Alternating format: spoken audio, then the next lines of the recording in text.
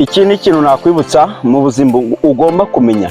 Menya ko uwo uzaba we uyu munsi uri murumuna w'uwo uzaba we ejo hazaza.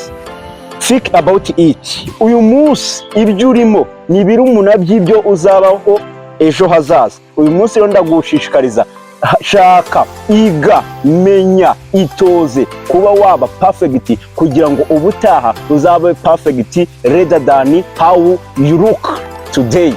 Wabyumvise? Uyu munsi uwo uriwe ni murumuna w'uwo uzaba we ejo hazaza. Bivuze ngo uyu munsi uwo uriwe biratwereka ishusho y'uzaba we ejo hazaza. Igerageze yo kwitoza inzira nziza ikwiye, ugerageze gukurikiza amategeko cyangwa umurongo ngenderwaho muzima uzabasha gutuma waba successful mu buzima bwawe. Ndagukunda pe. Ariko uyu munsi niba uri mu kigare, kivemo utaragera muri gare. Iki ni ikintu nakwibutsa mu buzima ugomba kumenya. Menya ko uwo uzaba we uyu munsi uri murumuna w'uwo uzaba we ejo hazaza. Think about it.